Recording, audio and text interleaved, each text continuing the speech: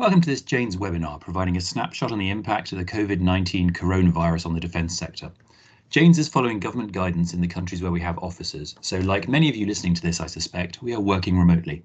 As such, the sound quality may not be quite as good as we usually aim for, but I hope that you can bear with us at this unusual time. My name is Nick Brown and I'm one of the Research and Analysis Directors here at Jane's.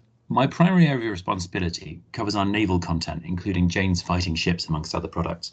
So the core units that my team and I deal with every day are warships, and they're perhaps one of the most easily quarantined and contained elements of the whole defence world. Even so, we know of vessels at sea right now with sailors suffering coronavirus-like symptoms and other ships that have got confirmed COVID-19 aboard. But those ships are still out there doing their jobs and remaining operational, as are most armed forces dealing with the virus as an impediment rather than a showstopper. However, the picture of the impact is a little more stark in industry, not least the naval and shipbuilding sector. It is, of course, very difficult to get on with welding up a hull in dry dock if you can't get your staff into the shipyard. Now, that picture varies from country to country and company to company. So, for example, when Navantia has stopped construction at its shipyards in Spain, Naval Group continues to build warships in neighbouring France. Across the Atlantic, Huntington Ingalls in the US started this week a policy akin to what happens in heavy snow or adverse weather conditions, and they are aiming to continue building with any workers who can get into the shipyard for as long as possible. Now, luckily, we have an excellent team of analysts and journalists here today to brief you on the wider Jane's insights with much greater analysis and detail to help you navigate these uncharted waters. Next slide. They have drawn heavily on data and content from across the Jane's portfolio, but especially our Jane's Defence Industry and Budgets content, Markets Forecast, the Jane's Defence Equipment and Technology Intelligence Centre, and, excitingly for us, our new Defence Events News Aggregation team. For starters, we have Guy Anderson, who heads up our Industries and Budgets products. He'll give us an overview of industrial responses across Europe and the US, and followed by Jane's Defence Budget's Principal Analyst, Andrew MacDonald, providing a top-level forecast of the impact of the virus on major markets. Karen Turow will follow that as the head of our Jane's Defence Events team, and she'll give an impression of the wide scope of exercise, operations and deployment cancellations that her team has been tracking across the globe, really underlining the pandemic nature of this situation. Completing the lineup, Nick Fiorenza is Jane's Defence Weekly's Europe editor, and he's going to take over and present a national security view from across his region, generated over the last couple of days by our central analysis team. Now, without further ado, over to Guy. So far we've seen the measures taken reflect the severity of the situation in different geographies. Obviously, the measures taken in Italy and Spain have gone deeper. They may provide an indication of the actions that we could see elsewhere if the scale of the challenge worsens. The measures are broadly similar to those that we've seen in adjacent industries. France, Italy, Spain have also seen civilian industrial suspensions. In fact, we'd say some adjacent areas, such as automotive production, they have gone much further and suspended production across the board. Arguably, that's down to difficult market conditions at present. Defence, of course, subject to far longer lead times. So the scale and anticipated period of the closures, it doesn't point so far to significant derailments of programme schedules, but the situation is evolving and all companies we spoke to said the situation is constantly under review. And with that, I will pass over to my colleague, Andrew MacDonald. Firstly, I'll explain what we're looking at on the chart. The green bars are the annual defence budget, which from 2021 onwards reflects our forecast. The grey bars which join them are our COVID-19 scenario, based on changes in the percentage of GDP which the defence budget represented from 2009 onwards. The solid line across the chart shows the annual growth in defence spending, with the dashed line showing how our recession scenario diverges. So in the United States, our expectations for defence budget growth weren't high, even before the threat of recession, although we were expecting a very small acceleration in 2021. If the country follows the pattern of the previous recession, we can instead expect increasingly large cuts to real defence expenditure in the next few years. As I mentioned, the military and strategic situation the country faces a decade on is, of course, profoundly different. So defence budgets will likely prove more robust in 2021 and beyond than this exercise suggests. Although the loss in funding that this model predicts is extremely large, a drop of over $100 billion from our forecast for 2023, it is notably smaller than the fall that occurred in just 3 years after the budget peaked in 2010. Next slide, please. China's slowdown scenario is one of the worst that we've seen here for defence budgets, despite the expectation that its economy will remain in positive growth. In part, this is because in the early 2000s, China's defence spending was falling dramatically as a percentage of GDP, and the country's economic output came out relatively unscathed from the global crisis.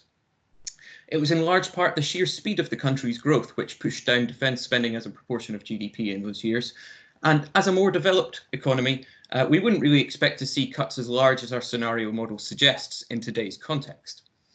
However, the forecast we're using for the Chinese economy predicts the lowest rate of growth since the early 1990s. So a reaction outside of what we've become used to is possible. In part, the impact of our scenario in China is particularly bad precisely because the outlook has been so strong. Instead of growing by nearly 20% in the years to 2023, one of the fastest rates in the world, our alternate forecast would have the country's defence budget contracting by 4%. Next slide, please. India is another fast developing economy, but without the background of a long-term fall in defence as a percentage of GDP that we saw in China, overlaying its response to a global economic slowdown yields a slightly less drastic cut to our forecast. As during the global financial crisis, we're expecting Indian GDP growth to remain healthy, though slower, but for defence budgets to decline in relation to that economic output. Compared to our healthy growth forecast, the potential impact of our Covid-19 scenario would leave the country spending $13 billion less in 2023, 2.1% lower than today. Next slide, please.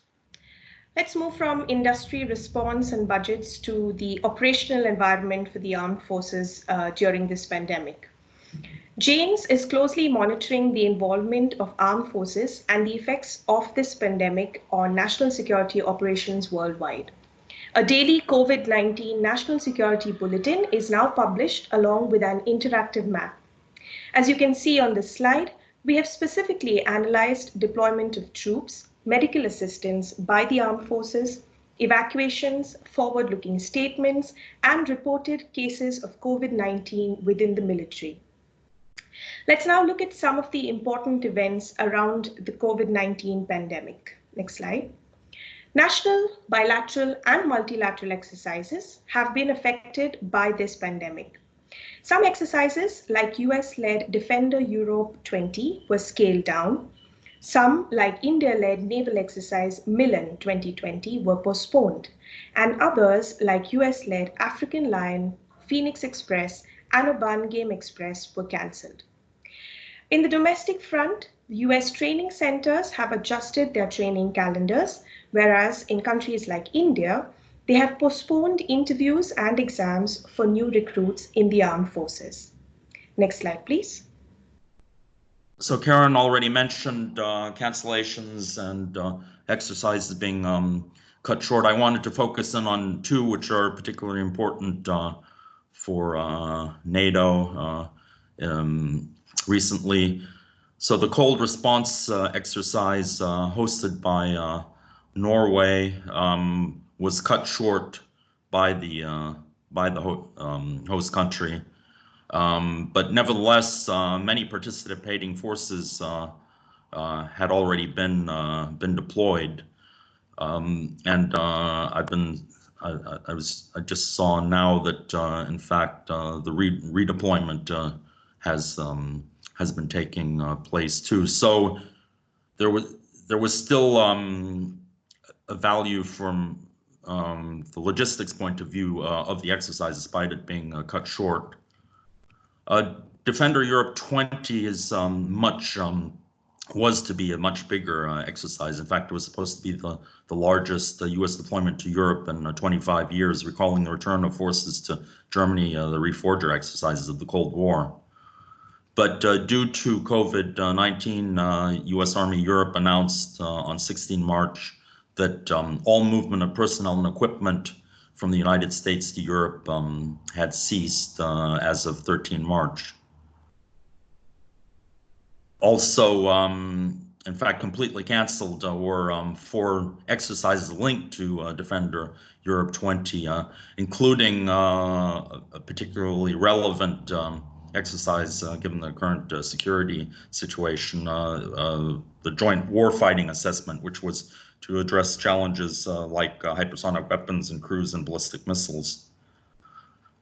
However, the Armored Brigade Combat Team of the U.S. Army that has already deployed to Europe will conduct gunnery and other joint training with Allied forces as part of a modified exercise, Allied Spirit, which is another one of these sub-exercises of Defender Europe 20.